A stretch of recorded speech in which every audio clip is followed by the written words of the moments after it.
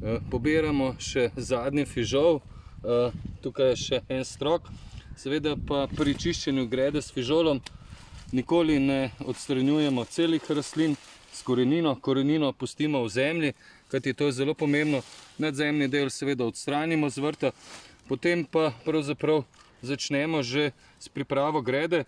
Pri nas je zemlja težka, ilovnata in ko pogledamo to zemljo, vidimo, da je dokaj mokra, tako da jaz ne delam na polno globino, ne želim kakšnih grud, tako da v prvi fazi samo rahlo porahljam na 5-10 cm globine, počakam nekaj dni, vidimo, da zemlje ne obračamo, tako bo v zemljo prišlo več zraka in potem seveda obdelamo vse skupaj na polno globino.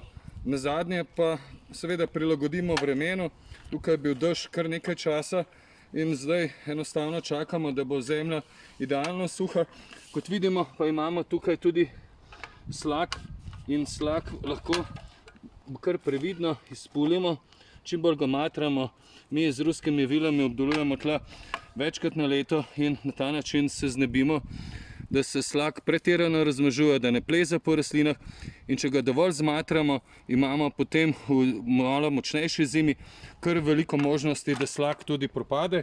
No, jaz bom seveda sedaj očistil gredo do konca, kajti ta fižol ne bo nič več naredil, pripravil gredo, potem pa ali bom pustil gredo odkrito, da je sonce lepo suši, ali pa jo bom pokril tako kot tukaj z travo, kajti želim, da je zemlja spodaj rahla in pripravljena potem na sajenje jesenskega česna, ki bo v konec oktobra, začetku novembra. Seveda bo šel česen na to gredo, kajti česen nikoli ne sadimo z fižolom.